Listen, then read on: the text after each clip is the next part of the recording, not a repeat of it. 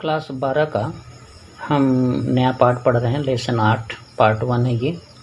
गतिमान आवेश और चुंबकीय क्षेत्र, magnetic charge, moving charge and magnetic field. ठीक है, इसमें देखिए आपको क्या मिलता है। जैसे मैग्नेट, वे पदार्थ जो लोहे की वस्तुओं को अपनी ओर आकर्षित करते हैं उन्हें मैग्नेट कहते हैं, चुंबक कहते हैं। ठीक है, चुंबक भी आपके दो तरह के होते हैं, एक नेचुरल चुंबक यानी प्राकृतिक चुंबक है ना, और एक होता है कृत्रिम चुंबक। ये हम पिछले वाले में बताए भी थे थोड़ा बहुत। प्राकृतिक चुंबक जो होता है मैग्नेटाइट को कहते हैं, Fe3O4, ये मैग्नेटाइट आपका होता है। ठीक है, इसमें देखिए कि मैग्नेट स्वतंत्रता पूर्वक लटकाने पर, यानी उसको अगर आराम से लटकाया जाए तो वो उसके सिरे जो है उत्तर दक्षिण दिशा में ठहरता है। मैग्नेट के दो पोल होते हैं, दो ध्रुव होते हैं, नॉर्थ पोल और साउथ पोल। जो हम आपको इसमें दिखा रहे हैं ये साउथ पोल है, ये नॉर्थ पोल है। ये उदासीन बिंदु होता है, ये जो हमने लाइन खींची है इसको चुंबक का अक्ष कहते हैं। ठीक है, और जो ये पूरी लंबाई होती है इसे चुंबक की लंबाई कहते हैं। एक और चीज़ आप देख सकते हैं कि मैग्नेट, दो मैग्नेट के सजाती ध्रुवों, सजाती मतलब नॉर्थ नॉर्थ साउथ साउथ के बीच प्रतिकर्षण बल कार्य करता है। यानी सजाती ध्रुव होंगे, जैसे इसमें नॉर्थ नॉर्थ आपको दोनों दिख रहा है, तो इसमें प्रतिकर्षण बल कार्य करता है। अगर विजातीय ध्रुव लेंगे, अनलाइक ध्रुव लेंगे, पोल लेंगे, तो उसमें आकर्षण बल कार्य करता है। ठीक है, और अगर हम देखें चुंबकीय जो पदार्थ होते हैं, लोहा, कोबाल्ट, निकेल, एक चीज़ याद रखिए, इनसे चुंबक बनाए भी जाते हैं और ये चुंबक जो है द्वारा आकर्षित भी किए जाते हैं। यानी चुंबक जो है लोहा, कोबाल्ट, निकेल को आकर्षित कर सकता है। ठीक है, या इनसे बनी मिश्र धातुओं को भी आकर्षित कर सकता है, और इनसे ही चुंबक बनाए भी जाते हैं, कृत्रिम चुंबक। देखिए, चुंबक के ध्रुव अविनाशी होते हैं, उन्हें ख़त्म नहीं किया जा सकता। ठीक है ना, उन्हें समाप्त नहीं किया जा सकता। चुंबक के ध्रुव जो होते हैं अविनाशी होते हैं। जैसा कि हम कह रहे थे कि चुंबक के ध्रुव अविनाशी होते हैं, अर्थात चुंबक को तोड़ देने पर भी उसके ध्रुव अपने आप आ जाते हैं। कहने का मतलब ये है कि चुंबक को, अगर ये चुंबक है इसको दो पार्ट में हम तोड़ दें तो होना ये चाहिए कि साउथ को अलग हो जाना चाहिए, नॉर्थ पोल को अलग हो जाना चाहिए, लेकिन ऐसा नहीं होता। जैसे ये टूटेगा तो एक नया चुंबक बनाता है। इसके हजारों भाग में भी अगर तोड़ा जाए तो सभी पार्ट जो आएगा वो एक चुंबक ही बनेगा, उसमें अपने आप ही साउथ और नॉर्थ पोल अपने आप बन जाते हैं। उसके बाद है आपका चुंबकीय क्षेत्र। ठीक है, चुंबक के चारों तरफ का वह क्षेत्र जहाँ चुंबकीय प्रभाव मिलता है ना, यानी चुंबकीय गुण का प्रभाव मिलता है। यानी अगर विक्षेप सुई ले जाएं, चुंबकीय विक्षेप सुई ले जाएं तो उसमें बलागुण पैदा होगा, सुई में विक्षेप पैदा होगा। उसके बाद है, याद रखिएगा, चुंबक के चारों तरफ, यानी चुंबक के चारों तरफ ये क्षेत्र बनता है जहाँ पे क्या मिलेगा आपको, चुंबकीय प्रभाव। किसके कारण, चुंबक के कारण, तो उसे हम चुंबकीय क्षेत्र कहते हैं। चुंबकीय बल रेखा देखिए, चुंबक के चारों तरफ खींची गई निष्कोणिक यानी कोण नहीं होगा, है ना, वक्री काल्पनिक रेखा जो चुंबकीय क्षेत्र को व्यक्त करती है उसे हम क्या कहते हैं, चुंबकीय बल रेखा कहते हैं। याद रखिएगा, चुंबक के चारों तरफ खींची गई काल्पनिक रेखा जो निष्कोणिक वक्री, ये निष्कोणिक वक्री जरूरी होता है, निष्कोणिक वक्री काल्पनिक रेखा जो चुंबकीय क्षेत्र को व्यक्त करता है उसे हम चुंबकीय क्षेत्र कहते हैं। अगली टॉपिक हम आपको दे रहे हैं कि एक समान चुंबकीय क्षेत्र में गतिमान आवेश पर बल। ठीक है, तो देखिए, कोई अगर आवेश है और चुंबकीय क्षेत्र में प्रवेश करेगा v वेग से, तो उस पर ये बल लगता है, F बराबर QVB sin थीटा। इसको वेक्टर रूप में हम लिखना चाहेंगे तो F बराबर लिखेंगे QV क्रॉस B। देखिए, V और B दोनों के बीच क्रॉस का गुणन है, मात्रक इसका न्यूटन होगा। जैसे इस फोटो में आप देख लीजिए, ये चुंबकीय क्षेत्र है आपका। अगर v वेग के कोण पर अगर ये कोई आवेश यहाँ से मूव करेगा, प्रवेश करेगा, तो उस पर जो बल लगेगा b के देखिए लंबवत लग रहा है, ये 90 डिग्री पर होता है, ये वाला भी 90 डिग्री पर है।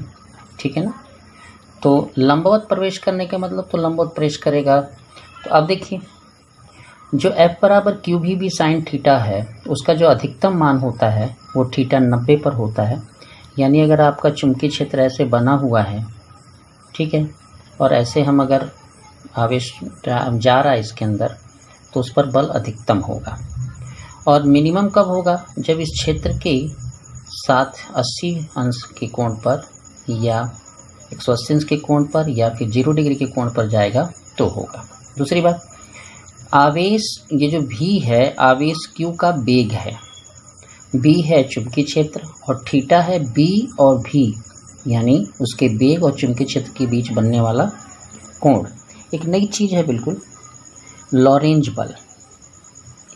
लॉरेंज बल वैद्युत और चुंबकीय क्षेत्र जहाँ दोनों होते हैं, अगर कोई आवेश उसमें प्रवेश करता है, गतिमान होता है, तो उस आवेश पर कार्य करने वाला वैद्युत बल और चुंबकीय बल दोनों, है ना, आवेश पर कार्य करने वाला वैद्युत बल और चुंबकीय बल का योग को लॉरेंज बल कहते हैं।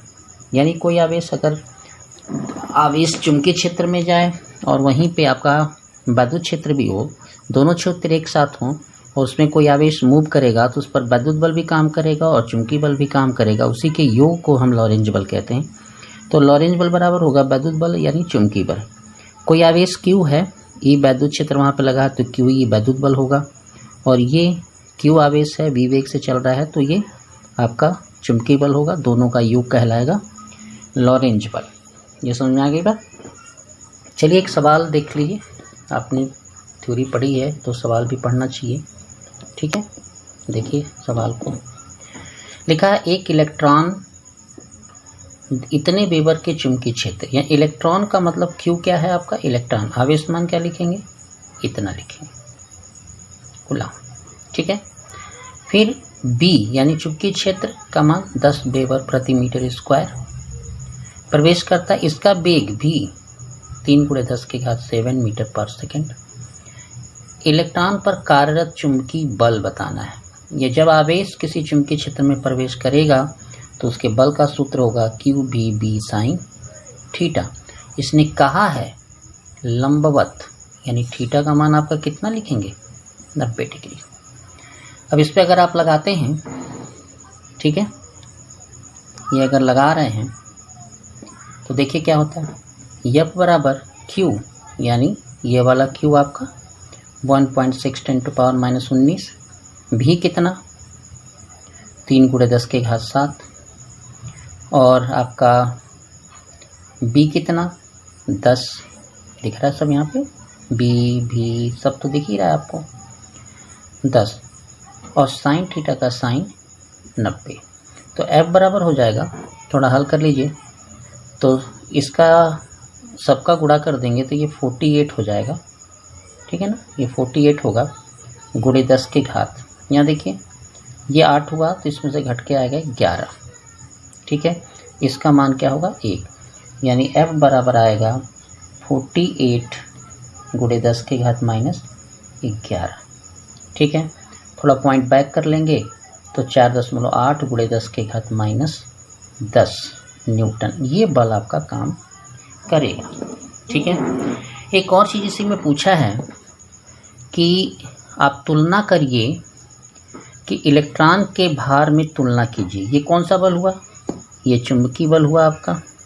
इलेक्ट्रॉन का जो भार होगा F बराबर mg कहेंगे उसको, या W बराबर mg कहेंगे। तो इलेक्ट्रॉन का जो भार होता है, द्रव्यमान होता है, वो होता है 9.1 × 10⁻31, g का मान 10 है, तो F बराबर हो जाएगा 9.1 × 10⁻30, ठीक है ना, ये एक तो कम कर देगा।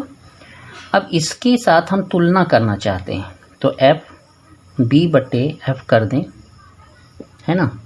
तो F B का मान आया है 4.8 × 10 और इसका मान आया है ना 9.8 × 10⁻, कितना है 10⁻30, है ना, है ना। अब इसी को हल कर दीजिए तो FB/F बराबर हो जाएगा 9×5 = 45, ठीक है, 5.30, 3 9 27, 2 ही रख लीजिए और ये हो जाएगा आपका -40।